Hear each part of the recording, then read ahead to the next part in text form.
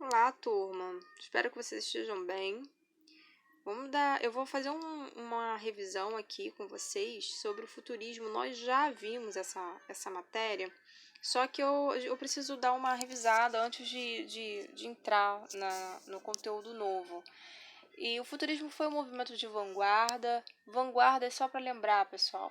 É formado por grupos de pessoas que compartilham de um mesmo ideal, de um conceito novo, e aí criam um movimento cultural, artístico ou científico. Tá?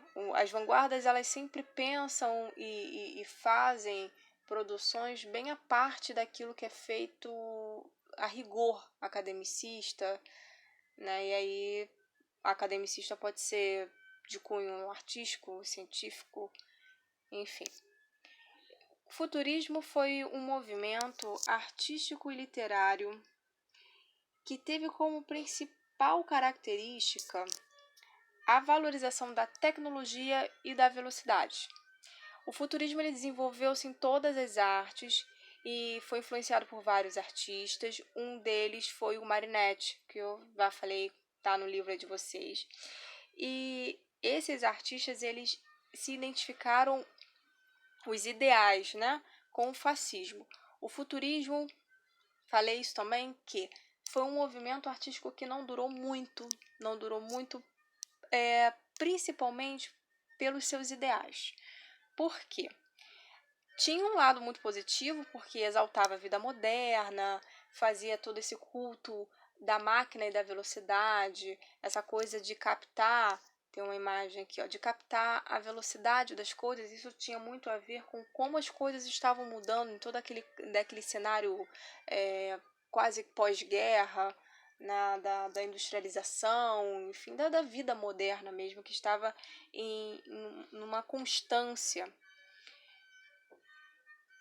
Então tinha isso de muito positivo, mas em compensação tinha um lado muito negativo nesses ideais, que eles pregavam a destruição do passado e do academicismo, uma liberdade de expressão exagerada, atitude de reverência, destruição de códigos e valores, uma arte de certo ponto agressivo, porque não esteticamente, embora seja essa bagunça, né, aparentemente, mas não era agressiva nesse sentido, era mais questão do ideal, né, do que de fato representava o que eles pensavam, que essa exaltação à guerra e que se vinculava também ao fascismo.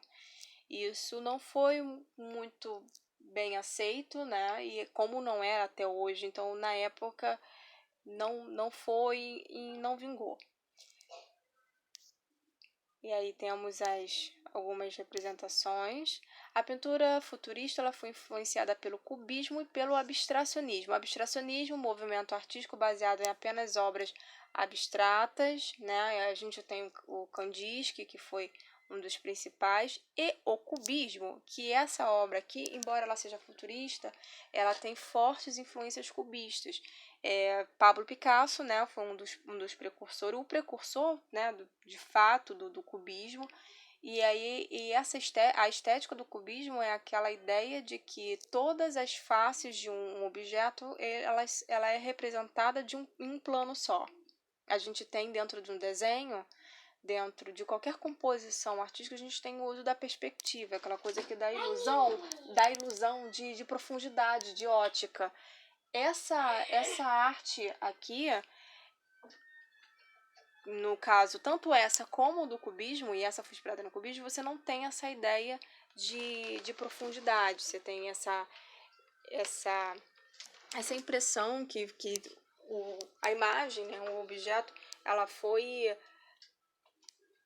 aberta, né, foi decomposta aí em vários ângulos num plano só. Aí uma outra imagem futurista também. A pintura futurista no Brasil. Nós temos dois representantes aí do futurismo no Brasil que foi o Oswaldo de Andrade e a Anita Malfatti.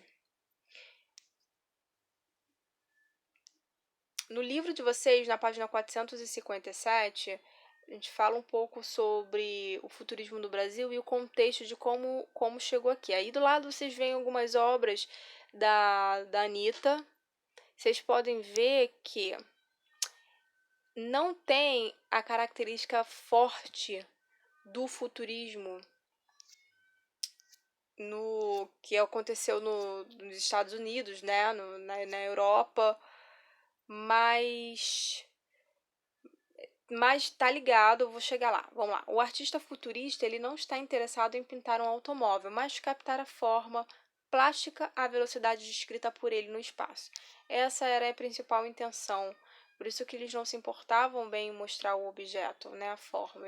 Eles queriam passar essa ideia de movimento, de velocidade, que de fato parte das obras futuristas realmente passam essa ideia de movimento. E aí, o futurismo no Brasil, ele chega junto com o modernismo, tá? Por isso até que a Anita Malfatti foi uma das, das representantes, né? Ela também esteve na Semana de Arte Moderna, fez parte de todo esse movimento modernista.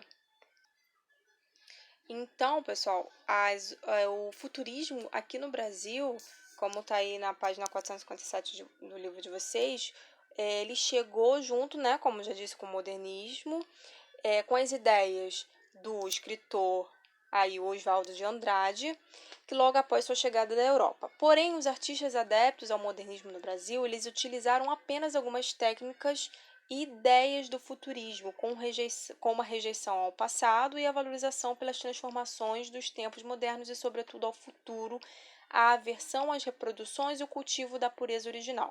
Devido aos futuristas europeus estarem associados aos ideais fascistas, os artistas modernistas não se abasteceram completamente dele, pois o contexto histórico e revolucionário da arte proposta no Brasil ia de encontro com o que pregava o fascismo e qualquer outro sistema opressor. Então, eles pegaram só um gancho nessa ideia do futurismo em relação à rejeição ao passado, porque vocês devem lembrar que a Semana de 22, a Semana de Arte Moderna, né, aqui no Brasil, os modernistas, eles queriam, sobretudo, o quê? Romper com aquela arte europeia, aquela arte de uma cultura exterior e fazer florescer e valorizar a arte brasileira. E aí nós temos inúmeras obras aí da Tarsila, da própria Anitta, várias composições do Villa-Lobos, exaltando a nossa cultura e dando origem à valorização da arte brasileira com uma característica mais, né, mais nossa, mais brasileira mesmo. Então, esse foi um dos únicos ganchos que o futurismo foi implantado aqui, mas não foi muito longe, não foi tão radical quanto os ideais originais dos futuristas. E aí a gente vê alguns traços que remetem também ao cubismo. Se a gente fosse falar de cubismo, essas obras também estariam aparecendo, essas obras aí da Anitta, porque é bem similar, tá? Então, acho que deu para relembrar, né? Sobre o futurismo, a exaltação à velocidade, as transformações sociais, a guerra, para a gente poder dar continuidade na nossa próxima matéria.